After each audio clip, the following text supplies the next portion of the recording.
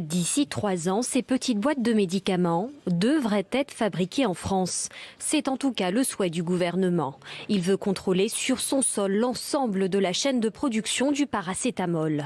3 entreprises se sont engagées, Sequans, UPSA et Sanofi. Et pour financer ces nouvelles infrastructures de production, l'État débloque 200 millions d'euros. Sanofi investit 610 millions pour relancer le secteur de la chimie, délaissé depuis plusieurs années en Europe.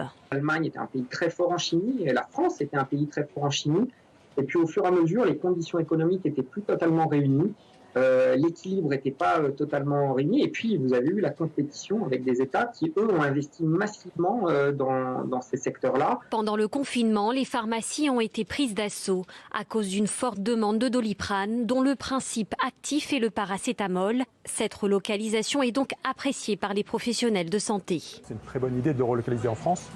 En sortant de la crise du Covid, où on a été limité dans la délivrance à une boîte par personne, ça a quand même créé du stress et de l'anxiété. Avec 500 millions de doses vendues en France annuellement, le paracétamol est l'antalgique le plus consommé en France.